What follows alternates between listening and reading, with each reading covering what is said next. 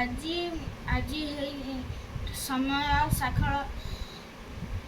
ସକାଳ 7ଟା।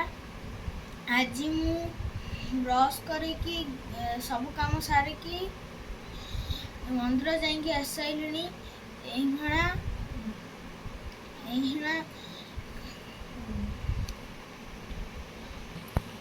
ଏଇନା ମୁଁ ଟ୍ୟୁସନ୍ ଯିବି। ମାମା ଡ୍ୟୁଟି ଯିବା ପାଇଁ ବି ରେଡ଼ି ଅଛନ୍ତି। ତାପରେ ଆଜି ମାମା ଘରେ ନଥିବେ, ସେଥିଲାଗି ଗେହ୍ଲିକୁ ମୁଁ ଆଜି ନେଇଯିବି ଆମ ଟ୍ୟୁସନ୍। କାହିଁକିନା ଗେହ୍ଲି ପାଖରେ ରହିବା ପାଇଁ କେହି ବି ନାହାନ୍ତି।